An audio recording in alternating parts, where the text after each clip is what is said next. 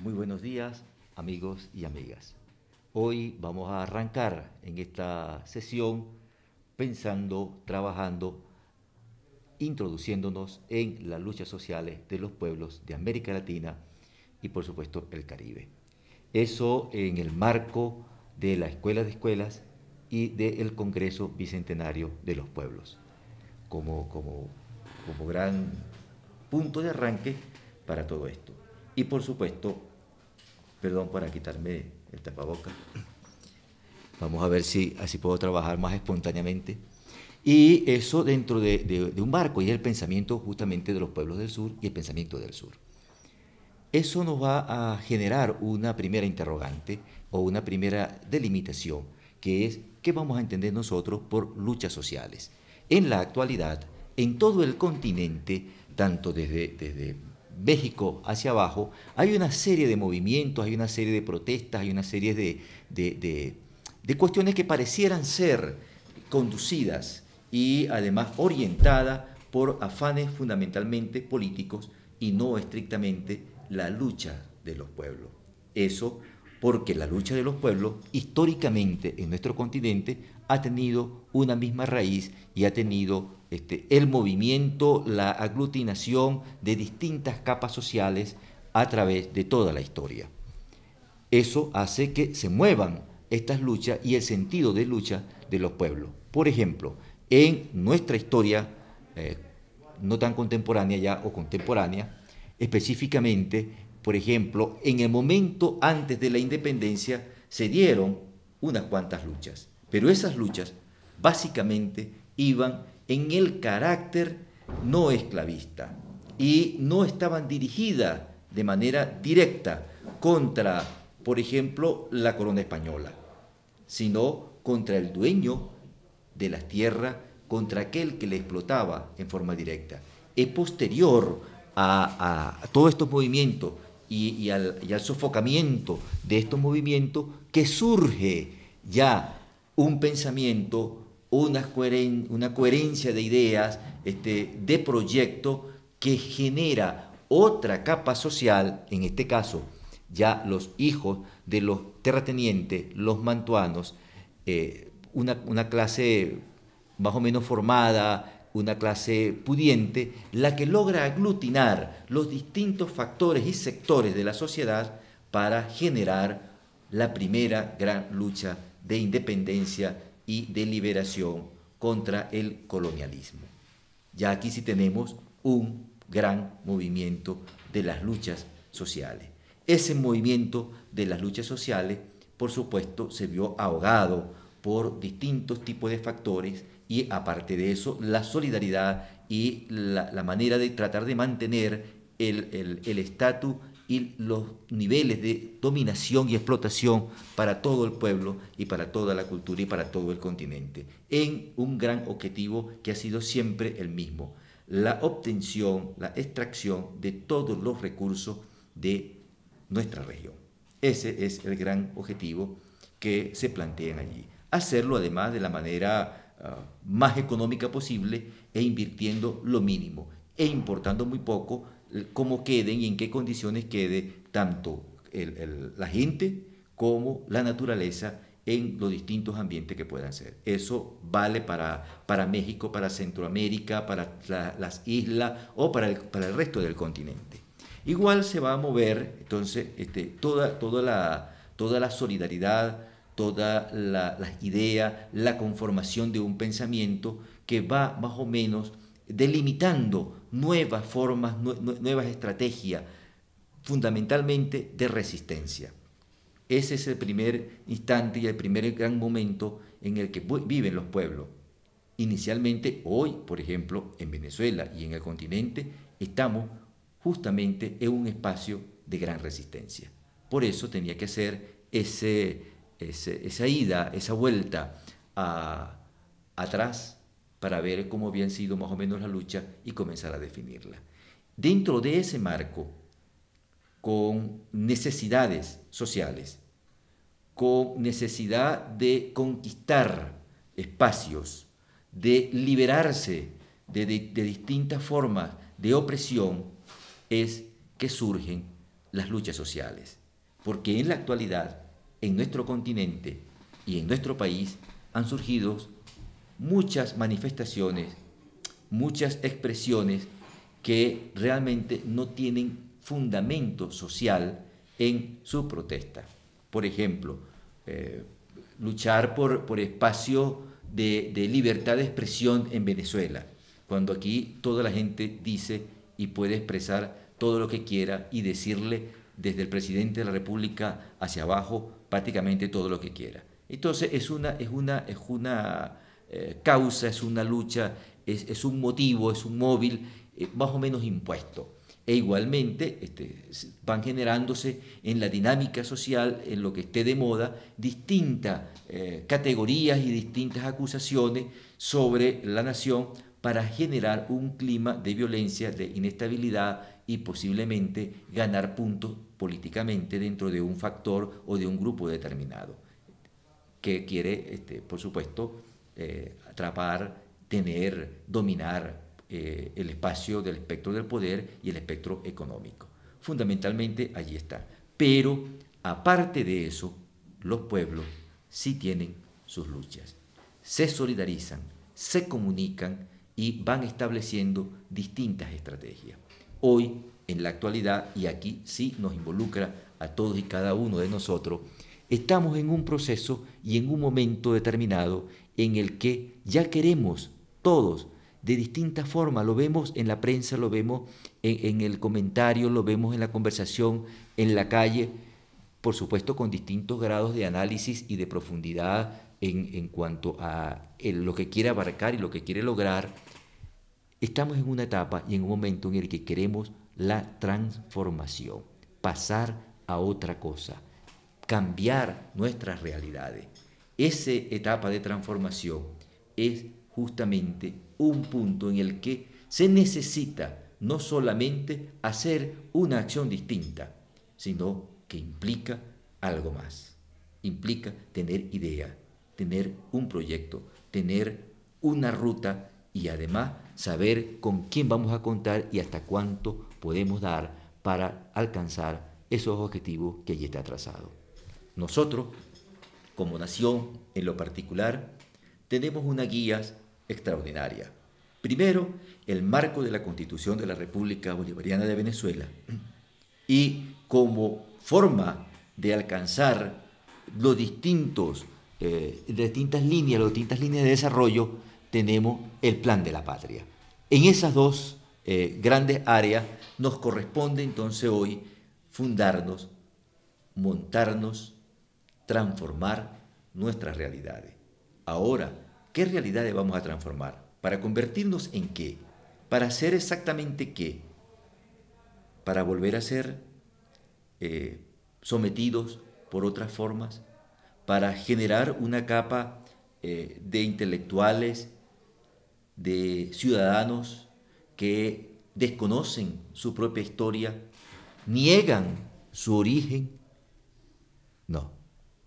Una capa social, unos intelectuales, una capa de profesionales que no solamente nieguen su origen como pueblo, sino toda su historia y todos sus ancestros. Tampoco. Es por eso que nos metemos ahora en el marco del pensamiento del sur y de la necesidad profunda, fundamental, vital para todo y cada uno de nosotros, de lograr, de hacer esa descolonización. ¿Por qué? Porque inicialmente, en el punto de la independencia, los movimientos y las luchas sociales eran contra la parte administrativa, fundamentalmente, que venía y que estaba dominada y que estaba regida por Europa, básicamente España, aun cuando España había soltado ya algunas amarras y había dado algunas concesiones a algunas naciones aquí en Venezuela, entre otras naciones. Podemos recordar justamente cómo los alemanes habían tomado posesión por deudas de una parte del comercio venezolano con la casa guipuzcoana, guipuzcoana, por favor. Y, y eso hace ya ver cómo el movimiento de independencia nos libera políticamente, nos libera administrativamente, pero el pensamiento, la estructura del Estado, la forma, siguen siendo o seguían siendo de la colonia. Teníamos alcaldía y seguimos teniendo alcaldía, teníamos consejos municipales y más o menos seguimos teniendo consejos municipales. Hemos hecho mínimas reestructuraciones, pero en el fondo allí está esas mismas estructuras. Es aquí donde en el Congreso de los Pueblos, justamente en el marco del Congreso de los Pueblos y del momento histórico en el que estamos viviendo, es tan importante cambiar toda nuestra estructura y la ley, fundamentalmente la ley de ciudades comunales.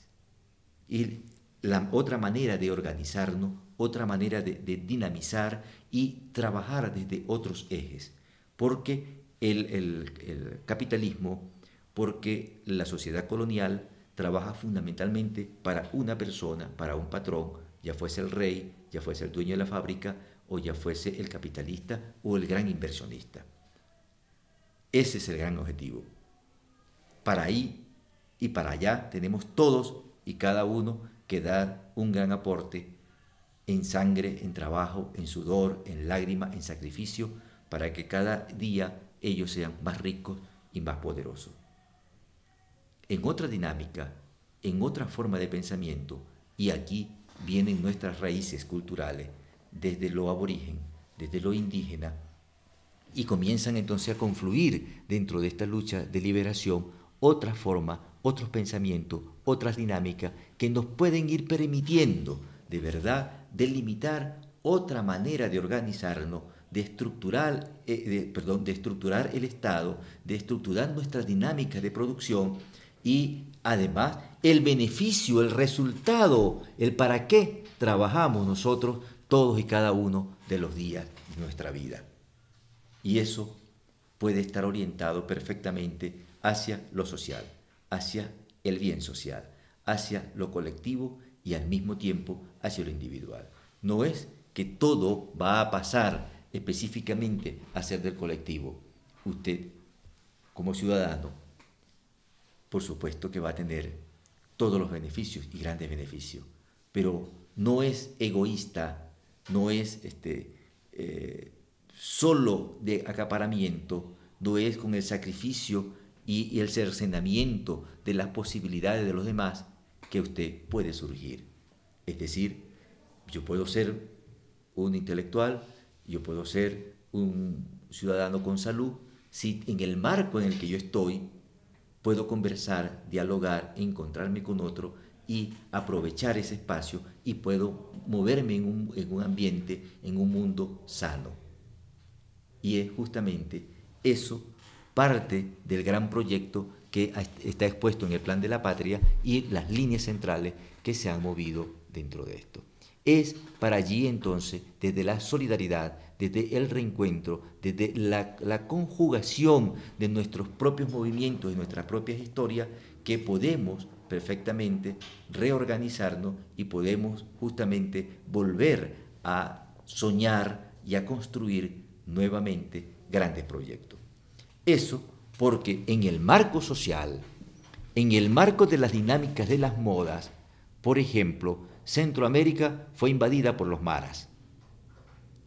Son otras las organizaciones y ahora organizaciones que están entre lo delictivo, entre el aprovechamiento comercial y las guardias de seguridad dominando tanto los territorios como los espacios, como los mundos. Entonces, en el marco, por ejemplo, de lo que corresponde a la seguridad, todo esto va a estar inmerso. Y no es entonces una cosa única y exclusivamente policial, sino que es un marco mayor, es un marco social, es un marco cultural. Las luchas de los pueblos, entonces, no solamente implican el prepararnos físicamente para el enfrentamiento físico, sino también para el enfrentamiento cultural, para el enfrentamiento ideológico, para el enfrentamiento educativo.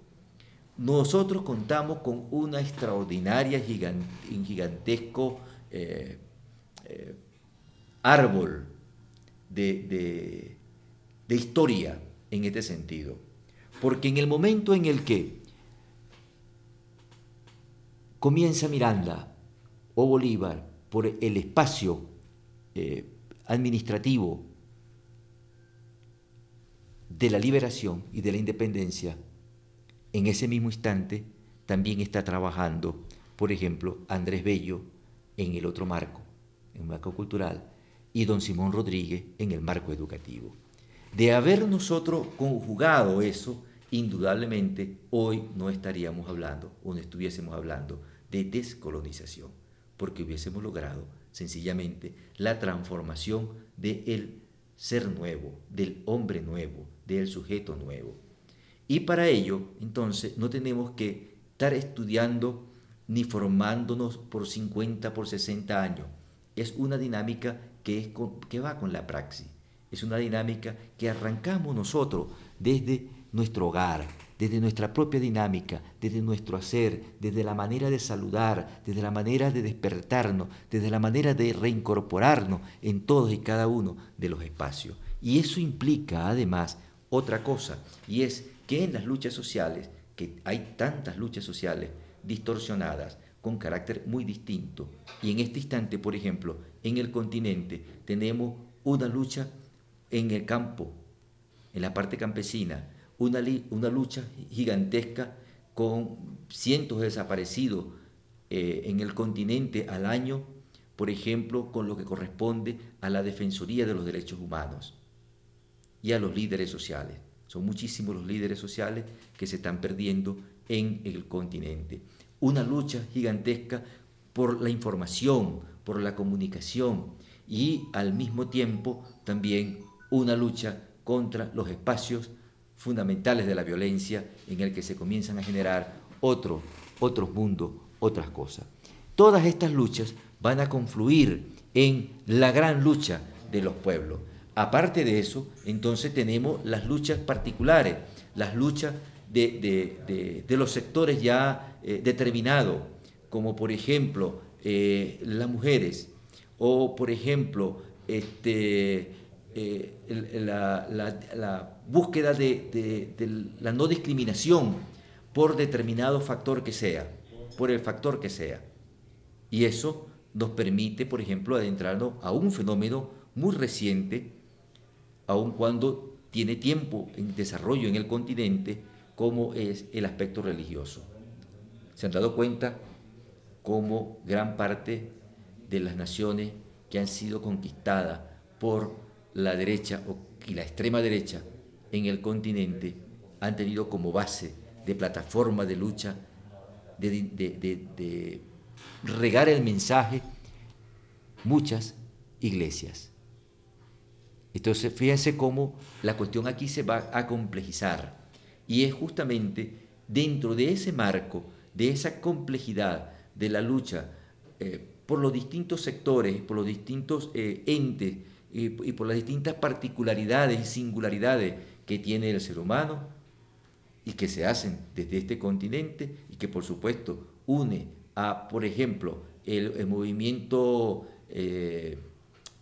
afrodescendiente de todo el continente o la defensa de la mujer de todo el continente o la defensa de LGBTI de todo el continente, que van conformando pequeños bloques, pero esos bloques particulares indudablemente que pueden dinamizar, mas no corresponden ni son la lucha general de liberación del hombre latinoamericano en todo el continente. Es la otra parte de la moneda, porque todos estos movimientos nos pueden fraccionar, nos pueden dividir. Y hoy, justamente, lo que estamos es en el instante de aglutinar, de ser solidario y de encontrar una vía, una ruta que nos pueda permitir reorganizar nuestras estructuras, reorganizar nuestra sociedad, reorganizar nuestra vida, nuestra existencia en una dinámica plural de producción, de dinámica, de intercambio de mercancía y al mismo tiempo de educación y valoración de la persona, del sujeto. Es entonces esa justamente la gran mira y es en ese marco que vamos hacia el Congreso Bicentenario de los Pueblos.